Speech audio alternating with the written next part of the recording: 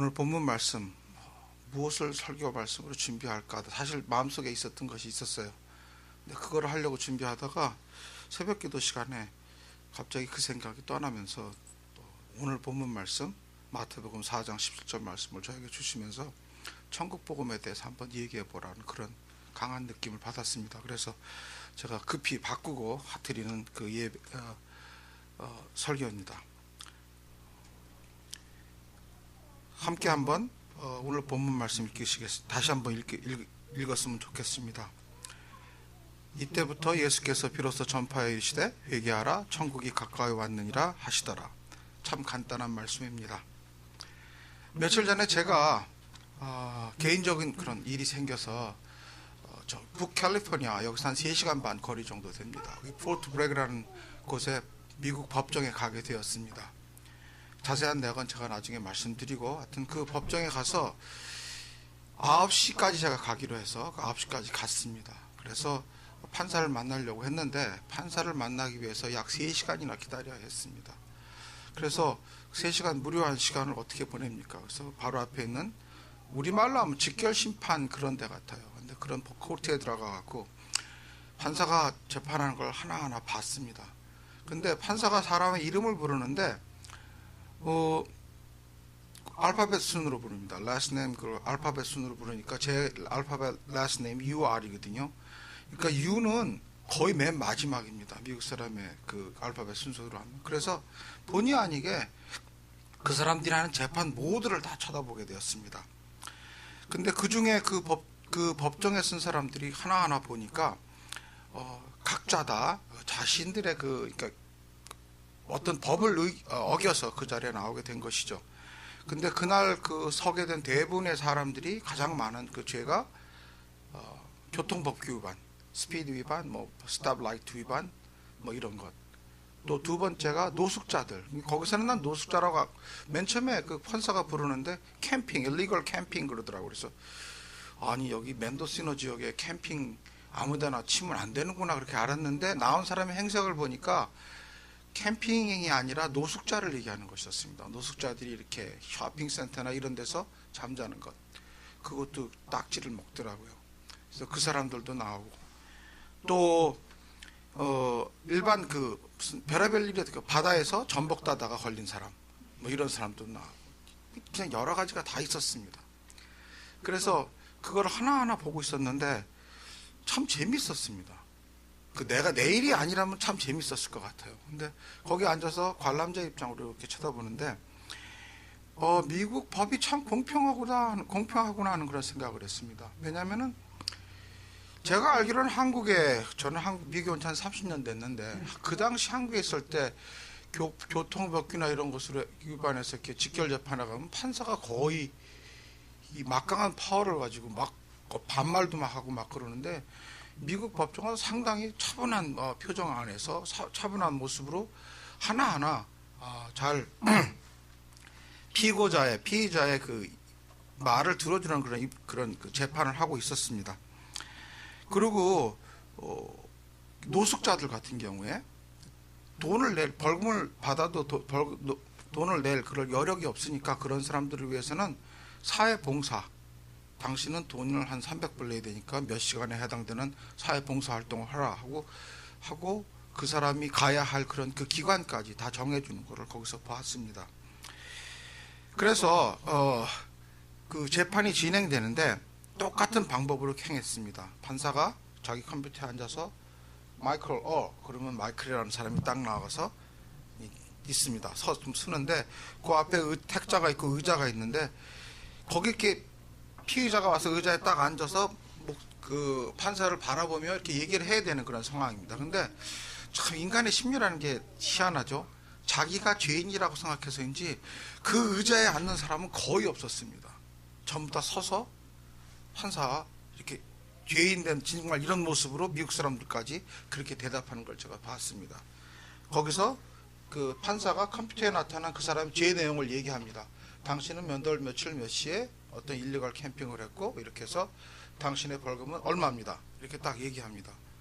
여기에 대해서 무슨 얘기할 그런 내용이 있습니까? 그러면은 그 벌금 내용에 순복하면 예, yes sir, I'll do that, your honor. 그러고서 그냥 나가는데 어떤 사람들은 얘기를 하고 싶으면 I have some opinion, I have some contest. 그리고서 그 얘기를 합니다. 근데 판사가 참 잘 들어줬어요. 그래서 그날 그것도 제가 보니까 요즘 말로 얘기하는 복골복인 것 같아요. 좋은 판사가 걸리는 것. 그날 본 사람들 보니까 판사가 거의 한 90%는 그 벌금을 다 깎아주더라고요. 그래서 그런 방법으로 하는 그 약식 재판을 보면서 아, 참 공정하구나. 그런 대로 not bad. 그렇게 생각을 했습니다. 근데 문제는 하나 있었습니다. 거기 나온 모든 사람들 모두가 자기의 그 사정을 얘기하는데 나름대로의 다 이유가 있었다는 것입니다. 자기 나와서 내가 guilty입니다라고 얘기하는 사람은 거의 없었어요. I'm innocent, but 좀 이렇게 얘기하죠. 내가 좀 죄를 졌지만 그래도 나에게 할 얘기가 있습니다. 전부 다 그런 것입니다. 근데 그 얘기를 하는데 문제가 바로 이거예요.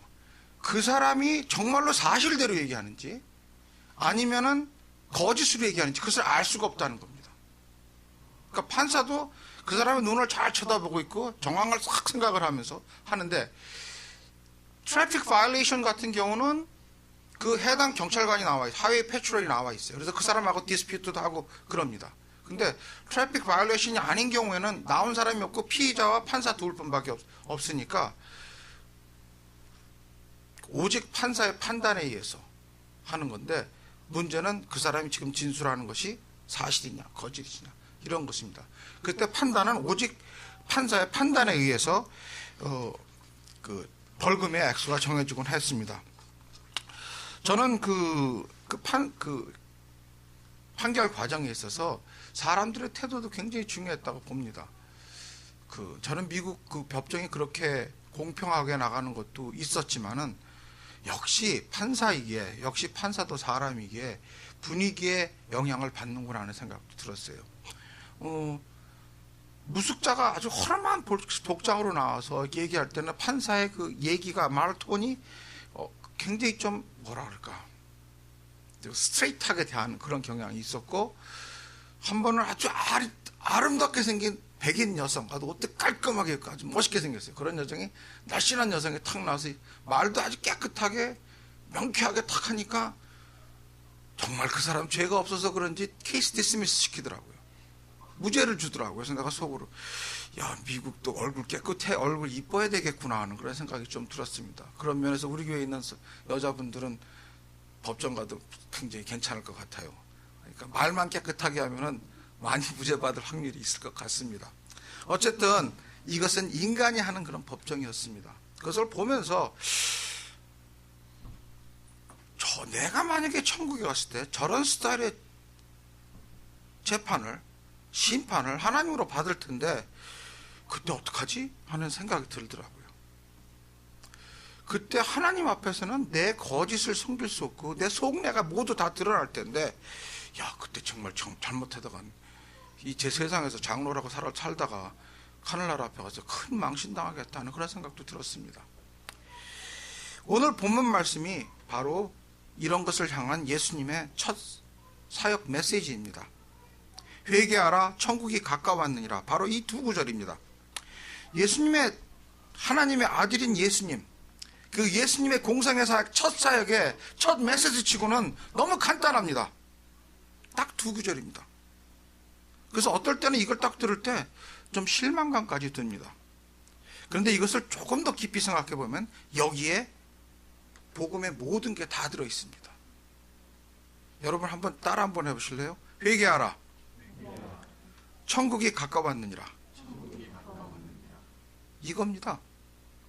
이것이 바로 천국을 향한 열쇠입니다.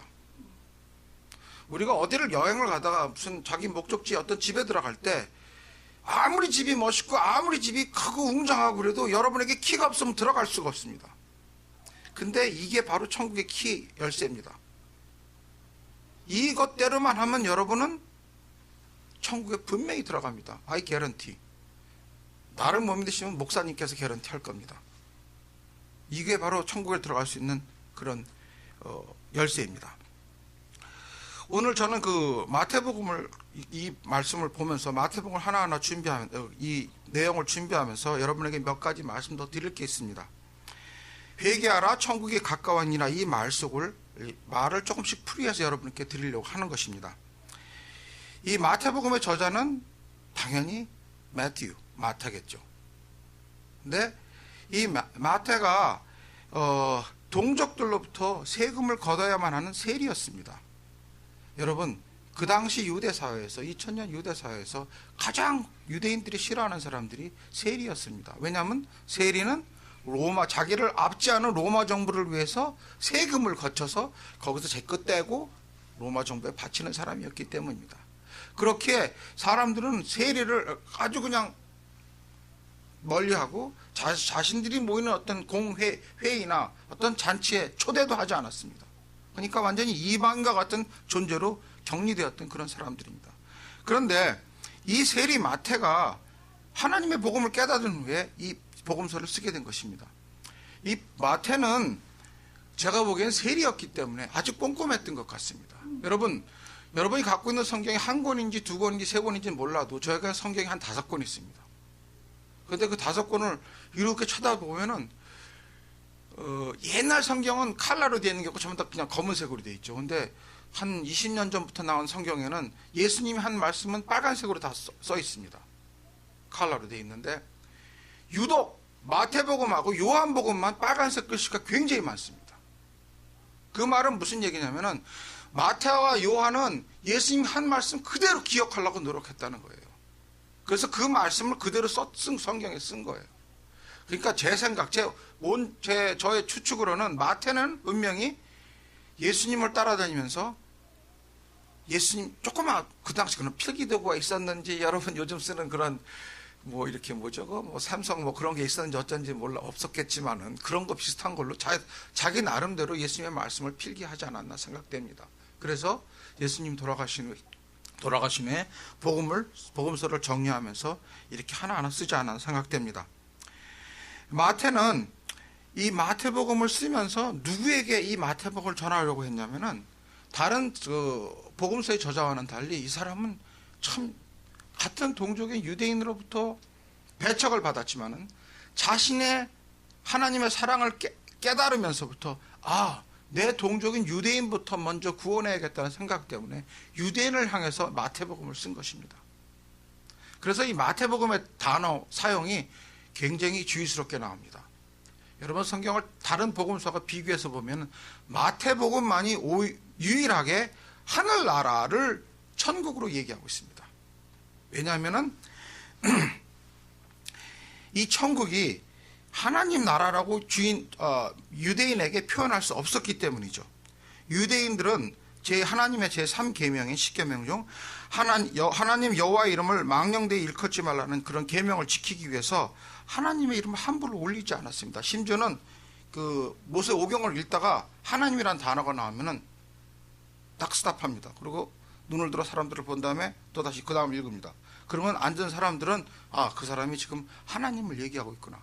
하나님이란 단어를 얘기할 수조차 없는 그런 경건주의에 빠져 있었습니다. 그래서 그들이 부리려고 했던 그 하나님이란 그런 그 이름 대신에 핫셈, 하마콤 또는 아도나이라고 불렀고 식별할 수 있을 정도의 미완성 형태로 기록하였습니다. 그러니까 핫셈이라는 그 말은 그 이름, 하나님의 이름 그런 뜻이고 하마콤이란 말은 그 장소, 아도나이는 우리가 잘 아는 주님이라는 그런 뜻입니다. 이 같은 맥락에서 마태는 하나님의 나라, 하나님이라는 대신에 그런 단어 대신에 하늘이라는 단어를 사용했던 것입니다. 그래서 하나님의 나라가 곧 하늘나라, 좀 더 나아가서 하늘나라가 천국으로 바뀌게 된 것입니다. 그러므로 천국이란 말은 하나님의 나라를 말하는 유대인들을 위한 간접적인 표현, 우회적인 표현이라고 생각하시면 됩니다. 이방인들을 위해 기록된 다른 복음서에는 이 부분이 천국이란 단어 대신에 영어로 The Kingdom of God, 바로 하나님의 나라 그렇게 표현되어 있습니다. 마태복음의 영향 때문인지 아니면 우리 주위의 다른 종교의 영향 때문인지 심지어는 이렇게 많은 교회에 나오는 성도들조차 하나님의 나라, 천국 그러면은 무엇 생각하세요, 여러분? 많은 사람들이 이 땅에서의 하나님 나라 생각 안 하고 저기 하늘래 그것만 생각합니다.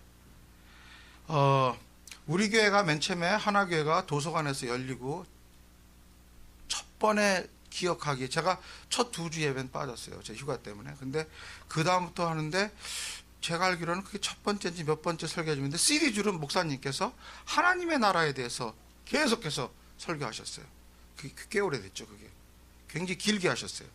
근데 그때 제가 그 설교를 들으면서 막 무릎을 쳤어요. 아이고, 내가 이 교회를 좀 일찍 나오든지 이 교회가 조금 일찍 오픈을 하든지 했어야 할걸. 왜냐? 제가 신학교 첫 학기 학기말 시험 제목이 이거였었어요. 그게 조직 신학이었나 뭔지 잘 모르겠는데 기억은 안 나는데 그 제목이 하나님의 나라에 대해서 논하라 그거였었어요. 근데 제가 그 별로 잘 못했어요. 이 하나님의 나라가 우리에게 굉장히 중요합니다.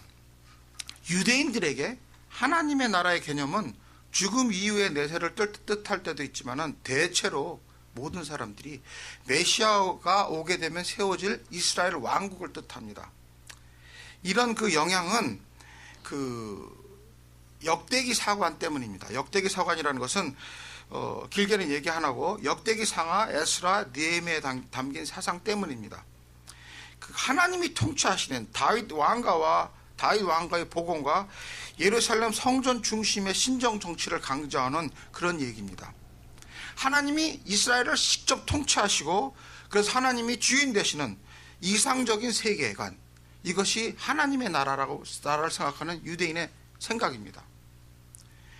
이때부터 생겨난 그 유대인들의 그 사상, 그러니까 다가올 세계를 타는 올람하바 하나님의 나라는 우리 개신교 기독교인들이 생각하는 천년왕국의 사상하고 비슷합니다. 예수님이 재림한 이후에 이사야서에 그런 거 많이 있죠. 아이가 사자하고 놀고 뱀의 굴에 손을 넣고 온 세상에 평화가 이루어지고 약육강식 같은 그런 자연 법칙이 사라지고 자연은 풍성한 소출을 내고 전 세계에서 흩어진 유태인들이 모두 함께해서 하나님께 예배드리는 그런 국가를 건설하는 그런 것과 거의 동일합니다. 그래서 그 당시 2000년 전에도 유대인들의 그런 사상을 다 갖고 있었기 때문에 예수님이 이 땅에 오셔서 오늘 이 말씀이 사탄으로부터 시험 받고 이제 시험을 이기신 후에 공생애 사역의 첫 메시지인데, 처음에 공생애에서 갈릴리 지방에 다니면서 예수님께서 스스로 복음을 전파하실 때 유대인들로부터 반대를 받지 않았어요. 배척을 받지 않았어요. 그리고 예수님이 하시는 자신이 메시아라고 그러고 자신이 그 많은 기적을 보여주니까 사람들은 정말 으쌰으쌰해서 예수님을 막 구름대처럼 쫓아다닌 거죠. 그러다가 어떤 일이 벌어집니까? 시간이 점점 지나면서 상황이 반전이 되죠. 예루살렘 입성하신 후에 완전히 하루아침 사이에 바뀌어버립니다. 이게 왜 그런 일이 벌어진 줄 아십니까? 사람들 사이에 여러 가지 논쟁거리가 있습니다. 그런데 주된 원인은 이스라엘 백성들이 생각하고 있는 하나님의 나라의 개념과 예수님이 설명하셨던 하나님의 나라의 개념이 완전히 틀렸다는 것입니다. 그 원인은 예수님은 지금 이스라엘 백성들은 이제 저 사람을 통해서 저 예수를 통해서 이 땅에 우리가 기다던 다윗 왕가의 복음과 이 하나님의 신정 정치가 이루어질 것이라는 그런 생각을 하고 있었는데, 가만히 예수님 하시는 걸 보니까 그거 아닌데, 예수님께서 영적 의미의 구원, 영적 의미의 이스라엘 나라, 곧 유대인이나 이방인에게 모두 공평하게 값없이 주어지는 그런 구원을 얘기하고 계셨던 것을 하나 둘씩 깨달아갔기 때문입니다. 오늘날도 마찬가지입니다만 유대인들은 이것을 절대로 용서할 수 없어요. 용납할 수 없어요. 유대인들은 자신들만이 선민이고 하나님으로부터 받은 택함받은 민족이라는 생각 때문에 자신들이 이방인들과 동등함을 취할 것을 그러니까 허용할 수 없다는 거죠. 이런 것 때문에 예수님께서 배척을 서서히 받으시기 시작했고 그 가운데서도 소수의 유대인 무리가 그렇다면 우리가 영적 구원이 우선이구나 하는 것을 깨닫기 시작하면서 하나님의 나라의 개념을 이해하기 시작했습니다. 그리고 그것을 받아들이고 예수님의 이름으로 세례를 받고 모이기 시작했습니다. 그러니까 2000년 전에 예수님이 돌아가시고 예수의 이름으로 모이는 자가 예루살렘에 생기게 되고 유대에 생기게 되고 그것을 배척하는 무리가 생기게 되고 하나둘씩 예수님의 사상을 이해한 사람들이 모이게 되면서 모임이 바로 교회의 시초가 되었던 것입니다. 유대인들에게는 아직도 하나님의 나라가 미래입니다. 여전히 미래의 세계입니다. 그래서 유대계에서는 현재의 삶 속에 이루어지는 성도의 영적 구원이라는 것이 없습니다. 오직 미래 세계에서 이루어질 육신의 구원만이 있을 뿐입니다. 이 하나님의 나라의 사상에 대해서는 신학교에서 교수님들이 이런 식으로 가르쳐줘요. 예수님이 초림했고 나중에 자신이 재림하실 때 초림했을 때 이미 하나님 나라가 이 땅에 이루어졌고 재림했을 때 완성된다, 계속된다, 이런 그 사상이 있습니다. 이렇게 생각하면 쉬운데 여기에 대해서는 제가 나중에 수련의 시간이나 그런 거에 있어 좀 더 시간이 있을 때 제가 여러분에게 설명 더 드리기로 하겠습니다. 이런 하나님의 나라, 천국에 들어가서 회개를 먼저 해야 한다는 그런 선결 조건이 온 인류에게 주어진 것입니다. 우리에게 주어진 천국을 들어가는 그런 조건, 천국을 들어가는 열쇠, 회개에 대해서는 목사님께서 이미 여러 번에 걸쳐서 설교를 하셨죠. 그래서 그 부분은 좀 생략하고 회개에 있어서 가장 중요한 삶의 전환이 여러분에게 있어야 되는 점을 강조하고 싶습니다. 진정한 회개 속에 복음이 핵심이 들어있기 때문입니다. 여러분, 기독교의 복음의 핵심이 뭐라고 생각합니까? 누가 여러분에게 여러분 지금 천국문 앞에 섰어요. 근데 도경아, 하나님 물어보시면서 너 교회 다녔지? 세례 받았지? 예, 하나님. 근데 네가 믿는 복음의 핵심이 뭐니? 물어볼 때 뭐라고 대답하시겠어요? 대답 안 해도 돼. 그런데 만약에 혼자 생각해 보세요. 여러분에게 그렇게 물었을 때 뭐라고 대답하시겠어요?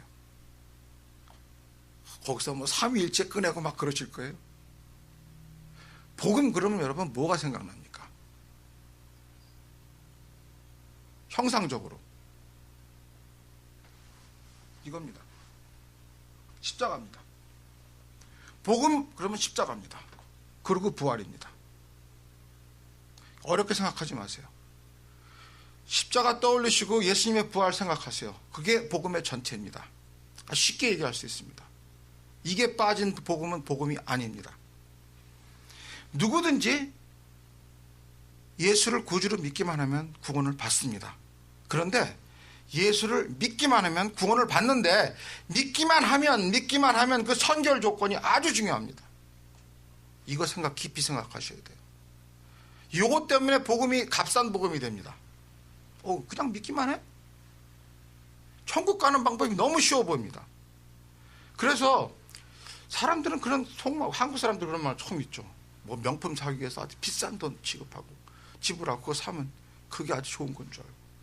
품질 퀄리티 면에서는 그게 그건데 아주 비싼 값을 지불해야지만 그게 아주 좋은 건 줄 압니다. 근데 예수님 하나님께서 절대 그렇게 안 하셨습니다. 믿기만 하면 천국이 너희 것이다. 천국에 들어올 수 있다. 이렇게 말씀하신 것이죠. 그러니까 또 어떤 사람은 이렇게 얘기해요.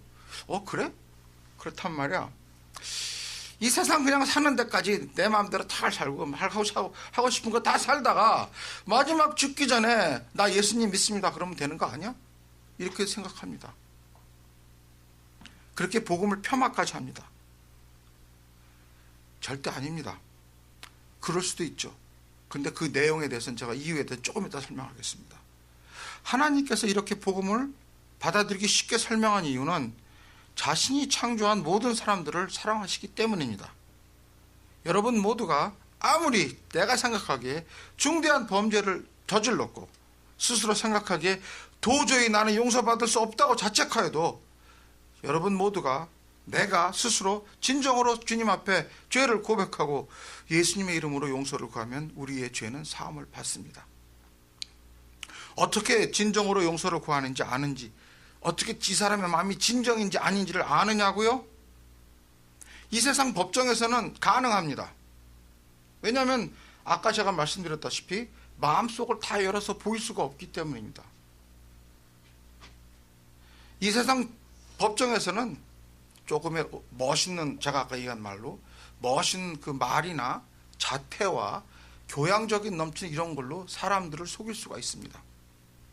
그래서 법정에서 케이스 디스미스 라는 그런 소리를 들을 수가, 무죄야, 당신은 무죄야, 이렇게 들을 수가 있을지 몰라도 하나님 나라의 법정에서는 그게 전혀 불가능합니다.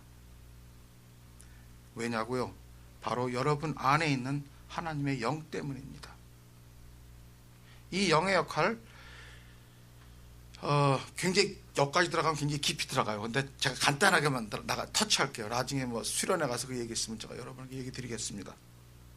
근데 인간 모두에게, 하나님이 우리를 창조하실 때 인간 모두에게 하나님의 영을 주셨어요. 근데 여러분의 혼 때문에, 여러분의 혼이 내가 예수를 주라고 고백하고 믿기 받아들일 때 혼이 자유의지죠. 그것을 허용을 하면은 하나님의 성령이 터치를 하면서 여러분의 영이 하나님과 교통을 하게 됩니다. 근데 이런 그 영이 역할이 여러분의 지금 하고 있는 모든 행동을 다 알고 있습니다.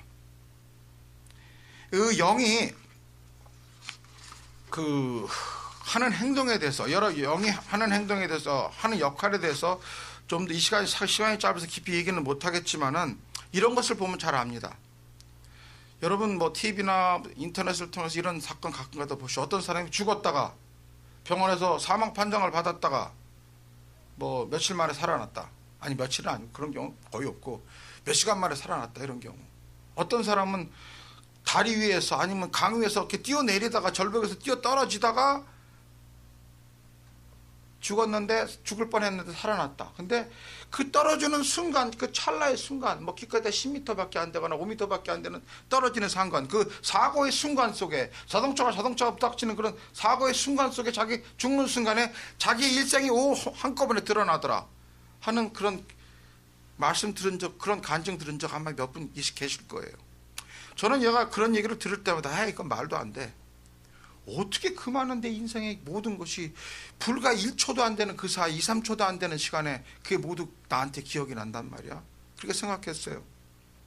그런데 제가 미국에 와서 공부를 하면서 컴퓨터를 사용하면서부터 그거를 점점 깨닫기 시작했어요. 예전에 80년도 초에 우리가 사용하던 컴퓨터는 쳐치면 디디디 이렇게 속도가 느리고 모노크롬 컴퓨터라. 임장로님 그거 무슨 컴퓨터라 했어요? 그때 XT라고 그랬어요? 아니면 그 전에 뭐라 그랬어요? 하여튼 굉장히 오래된 컴퓨터는 정말 속도가 느렸어요. 근데 시대를 빨라가면서부터 이 속도가 점점 빨라지더니 무슨 파일을 이쪽에서 이쪽 파일로 옮길 때 예전에는 디디디 한 줄 한 줄 옮겼어요. 근데 지금은 뭉탱이로 찍어서 뭉탱이로 가요. 빵. 도서관 한 전체의 분량만큼의 정보가 요만한 칩에 있는데 이게 이쪽으로 옮겨가는 시간이 불과 몇십 초밖에 안 걸려요. 이걸 생각해 보니까 정말 하나님이 우리를 막 컴퓨터식으로 했다면 하나님이 우리 그 메모리 속에 있는 거 딱 꺼내서 딱 한번 딱 치면은 순식간에 나올 것 같아. 근데 이 컴퓨터의 메모리나 이런 메모리의 단점이 뭐냐면, 리밋이 뭐냐면은, 팩트는 기록을 합니다. 문서적인 팩트나 사건이나 이런 기록을 합니다. 사진이나 이런 것은 영상이나 다 기록합니다. 근데 거기서 기록할 수 없는 것은 사람의 속마음입니다. 그거는 기록할 수 없어요. 그렇다고 여러분 너무 좋아하지 마세요. 영이 다 기억하고 있습니다. 여러분 가장 깊숙이 있는 것, 영, 하나님의 영, 성령과 태치된 영, 비록 예수님을 믿지 않아서 구원받지 않은 백성이라도 그 안에 영이 있습니다. 그 영은 여러분이 법정 앞에 섰을 때 순식간에 쫙 다 보여집니다. 그래서 여러분이 이 세상을 살면서 외식으로 보여줬던 많은 선한 행위들, 속마음까지 다 보여줄 것입니다. 그런 거 생각하면 참 두렵습니다. 그런데 그때 여러분이 예수님을 주라 고백하고 신자로서 세상을 예수님의 말씀에 따라 살려고 노력한 사람의 흔적이 있는 사람은 그 영을 하나님이, 예수님이 잠잠케 하실 것입니다. 그래서 그 무서운 심판의 과정을 넘어가고 너는 내 사랑하는 아들이다, 예수님께서 안으시고 천국 문 안으로 들이실 것입니다. 예수님께서 가장 싫어하셨던 죄가 무엇인지 잘 아시죠? 예수님 화를 내시는 분이 아니었습니다. 예수님 화를 내셨습니다. 어디서 내셨죠? 성전 안에서, 그것도 하나님이 법궤가 있는 그런 성전 안에서 예수님께서 분노하셨습니다. 그것도 이놈들 그러면 안 돼, 이런 게 아니라 장사치들의 테이블 그냥 황창 엎으면서 이 더러운 놈들, 이 독사의 자식들아, 회칠한 무덤들아, 왜 그러셨을까요? 예수님은 그들의 영까지 다 보고 계셨기 때문입니다. 이런 사건이 두렵고 여러분이 그런 망신이라고 할까요? 그런 걸 당하지 않으려면 늘 예수님의 이름으로 회개를 하고 매일매일 세상을 살아가면서 조금씩 하나님을 닮아가고 예수님의 말씀대로 따라 살려고 하는 그런 노력이 절대 필요합니다. 이것이 바로 믿기만 하면의 내용입니다. 회개를 하고 믿기만 하면, 그 믿기만 하면의 내용이 매일매일 예수님을 살려고 하는 여러분의 노력을 얘기하는 것입니다. 여러분, 회개하여야 됩니다. 회개 한 번으로 끝나면 안 돼요. 아침마다 하세요. 그래서 새벽 예배가 필요해요. 아침마다 와서 기도하면서 내가 어제 지은 죄 매일 하세요. 만약에 좀 과장된 얘기지만 예수 새벽 예배 안 나오고 예수님 갑자기 재림하시면 어떡 하실 거예요? 내가 남은 죄가 있는데. 이건 굉장히 제가 그냥 부풀려서 얘기한 겁니다. 예수님 그런 정도, 그거 하면 용서해 줄 거예요. 근데 여러분 주기적으로 회개하십시오. 그래서 아침마다 나와서 기도하시면서 주님 앞에 내가 어제 이런 죄를 졌습니다. 내가 어제보다는 오늘 삶이 조금 더 나았으면 좋겠습니다. 내가 맨날 유혹에 빠지는데, 맨날 똑같은 죄에 빠지는데 거기 정말 빠지지 않게 주님 나 도와주세요. 붙드십시오. 그럴 때 성령께서 여러분 붙잡고 오케이, I'll take care of you. I'll with you. I'll be with you. 성령께서 여러분 삶에 늘 동행하여 주십니다. 하나님의 나라, 천국 복음을 지키며 살려는 여러분 앞에 지금 이 순간 임하고 있습니다. 지금 예수님께서 당신 옆에서 당신 귀에 대고 외치고 계십니다. 회개하라, 천국이 가까웠느냐 라고요. 함께 기도하시겠습니다.